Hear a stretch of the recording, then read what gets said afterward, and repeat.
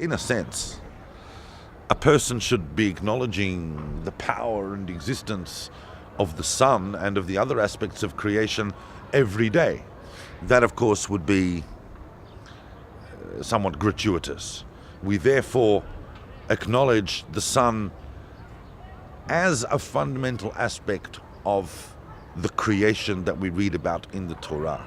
God did not create the universe only in the past, but when we read about the creation in the Torah, we read about the ultimate spiritual form of creation. In a sense, God fills all creation with his glory, and from God's perspective, creation is merely our perspective. We therefore use the Torah's description of creation as the very point where we will come back and acknowledge God for the sun being one of the more wondrous and impactful aspects of that creation.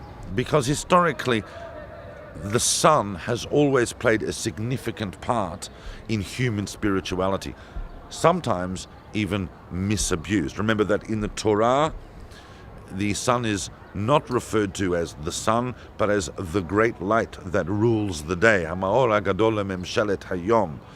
It was Avraham and his generation that began to refer to the sun after people had started seeing the sun as some expression of divine power and had started worshipping the sun. It was in fact Avraham and his generation and his followers who began to refer to the sun as Shemesh, from the word shamash, meaning simply a servant of the divine. The sun is just an agency of creation.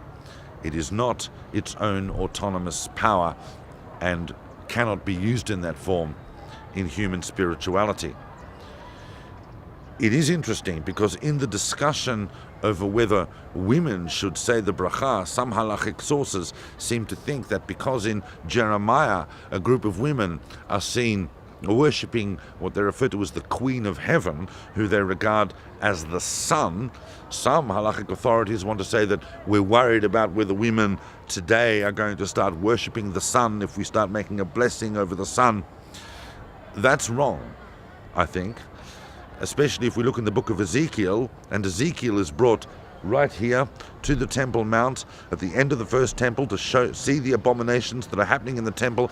He's brought round to the eastern side and he sees a group of men who have their backs to the temple and are facing the rising sun as it's coming up right here over the Mount of Olives and are worshipping the sun. So in fact, we should be more worried about men worshipping the sun than we should be about women. At the end of the day, everybody should strive to partake in this amazingly unique and consciousness-bringing ritual that reminds us of the greatness of creation, our place within it, and that creation and us work together to reveal the divine.